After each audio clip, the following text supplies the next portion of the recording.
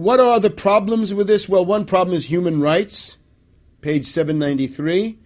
Some people have this idea that there's a fundamental human right for each person responsibly to determine the size of his or her own family. Holdren doesn't like that one.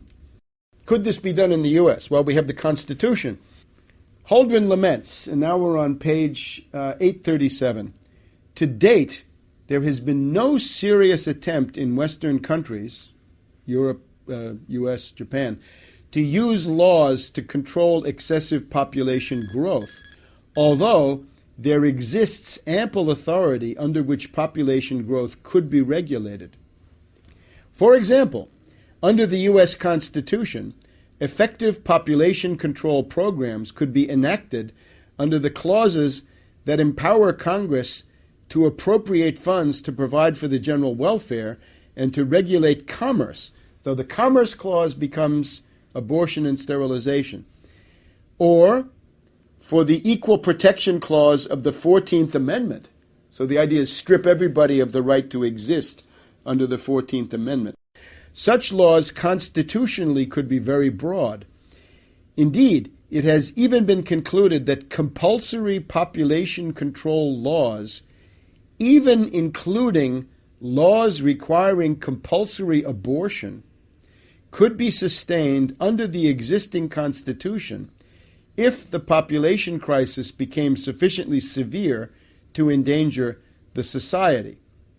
Few today consider the situation in the United States serious enough to justify compulsion, however, laments Holdren. The most compelling arguments that might be used to justify government regulation of reproduction are based on the rapid population growth relative to the capacity of environmental and social systems to absorb the associated impact. The appeal to greed. To provide a high quality of life for all, there must be fewer people, says Holdren. But there are other sound reasons that support the use of law to regulate reproduction. In today's world, Holdren writes on page 838, the number of children in a family is a matter of profound public concern. There is no individual sphere anymore for a Malthusian fanatic. On page 850, Holdren wants to convert to a spaceman economy. This is not the moonshot anymore. This is the idea that you're on spaceship Earth and everything you have with you is a limited resource. So what you've got to do is reduce throughput of raw materials in industrial processes. He quotes a fellow crackpot, Herman Daly, who has suggested a specific mechanism for accomplishing population reduction. Put strict depletion quotas on the natural resources of the United States, meaning that you couldn't use more than 2 or 3% of the existing oil or minerals or whatever it is. The problem with that is, what we've found since the publication of the Limits of Growth is that the available stocks of most raw materials have grown. They haven't gone down, they've gone up, because you find more than you use. And that, I think, that would be even more clear if this process were not sabotaged. We would want to impose restrictions on the import of manufactured goods. Well, up to a point, but not for Holdren's goals. And there's a big attack on the cornucopians, again on page 851. The American mentality that you can solve things through science and production is something that Holdren wants to polemicize against.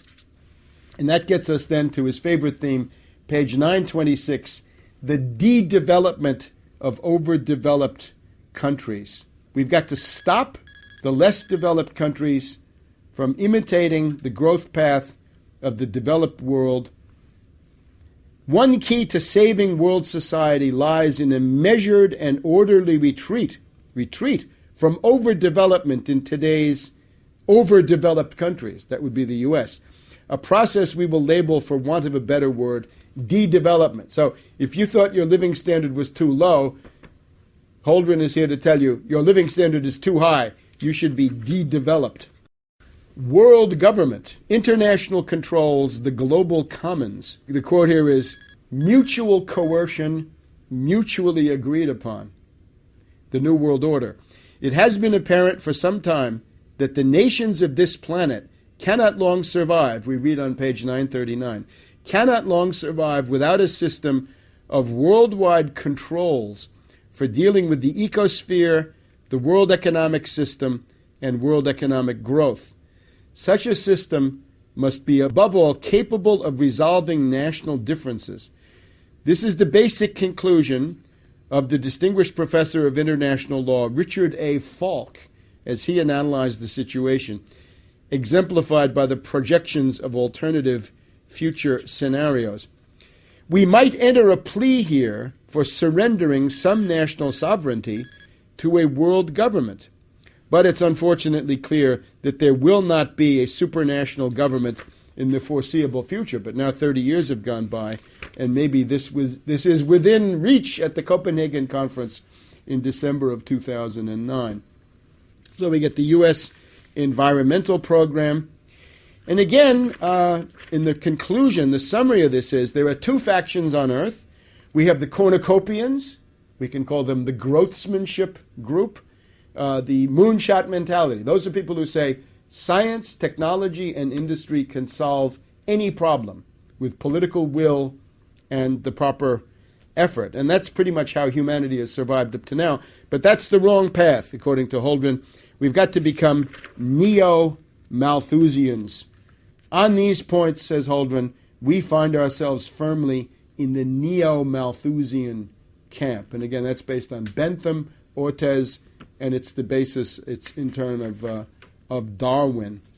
This is a cookbook for the extermination of humanity beyond what he thinks, because the essential predicament of humanity is realize progress or collapse. If you look in historians of world history like Toynbee, he's got a catalog of, 20 different world civilizations, and they've all collapsed except one. And generally they've collapsed from within, and they've collapsed to a very significant degree because of thinking like this, that there's a limit to growth and that the privileges of an oligarchy are more important than the standard of living and the success of the individual human family. So this is a cookbook for the extermination of humankind, right? Those series that you see on the History Channel. What if there were no people? Well, Holdren has been blazing that trail for quite a while. This is an ultra-Hitlerian genocidalist who's today operating out of the White House in Washington, D.C., and it's time to kick him out. Maurice Strong of Canada is a British imperialist functionary, close to Holdren in his outlook. In the build-up to the 1992 United Nations Conference in Rio, Maurice Strong wrote that the choice is between collapsing the entire industrial system of the world and the survival of humanity and the planet. And he's in favor of collapsing the industrial system. So he put out a demagogic call to people that the task of the rest of us is to collapse the industrial system of the world. I suppose George Soros and the people at AIG and Goldman Sachs in the derivatives department were reading all that, because they've certainly taken us pretty far down the road to that. If you collapse the industrial system of the world, the problem you find is that the relative potential population density of the world goes below the existing 7 billion plus people that we've got, and that overhang gets into the danger of extinction. So that's a call to genocide, again, on an ultra-Hitlerian scale, issued by Maurice Strong back in 1992. Holdren is very much in that tradition.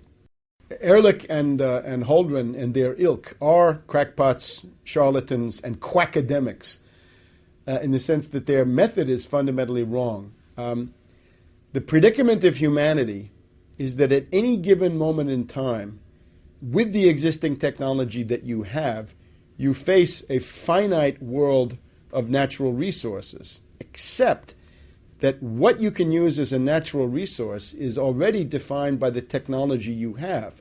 So if you expand your technological repertoire and armory through scientific discovery and technological development, you can define increasing areas of the natural world as usable natural resources, and that's what we've done up to now. If wood is not enough, get coal. If coal is not convenient, get oil. If oil is not enough, get nuclear. If nuclear has problems, get thermonuclear. Look at antimatter. Look beyond, and still beyond a horizon that we can't even see at this point. The essential human condition is realize progress or collapse. Advance in science, technology, and industry, or you will soon cease to exist. And that's the fundamental human premise that this lunatic, Malthusian, Darwinian, Benthamite school, Ehrlich, Holdren, and the rest of them, deny. The president, I think, has surrounded himself with some of the most brilliant choices. Dr. Holdren, I don't want to embarrass you, but I sometimes refer to you as walking on water.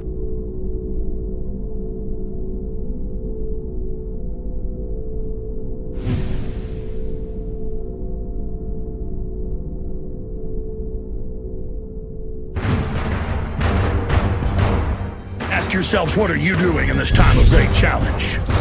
What are you doing to unlock minds? Go to Infowars.com and PrisonPlanet.tv for the latest headlines and cutting-edge information.